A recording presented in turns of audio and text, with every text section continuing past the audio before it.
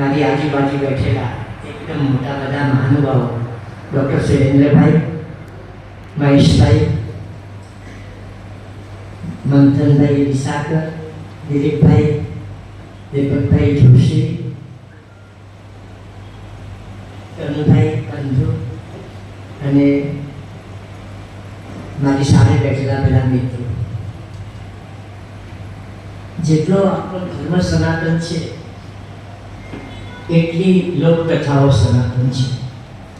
એ થોડું નાનું એટલા માટે કહું છું કે આ આપણો અમૂલ્ય વારસો છે. આજે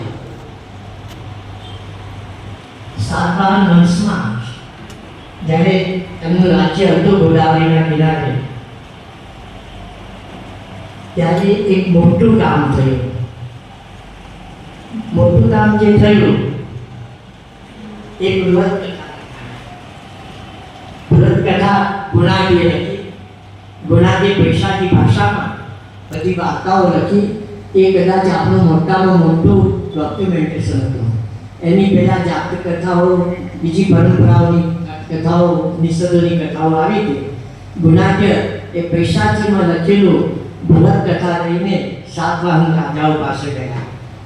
સાતવાહન કહ્યું કે આ તો મારા દરબારમાં નથી અનુકૂળ, આ તો પૈસાચીમાં લોક ભાષામાં, પ્રાકૃત ભાષામાં લખેલું છે. એટલે ગુણાદ્ય એકદમ હતાશ થઈ ગયો.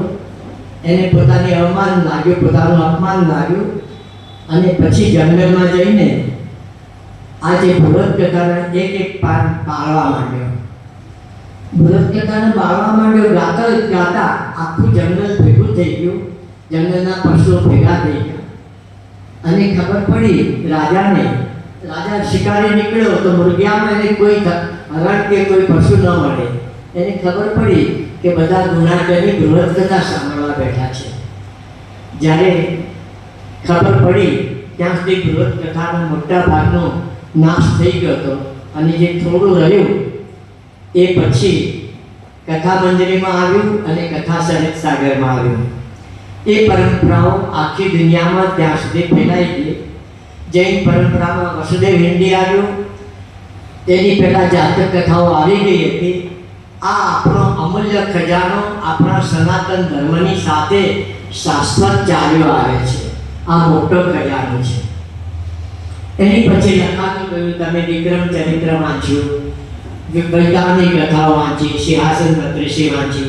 આ બધું આપણી પાસે મોટું મોટું આવી ગયું અને હજુ એ પ્રવાહ ચાલુ છે.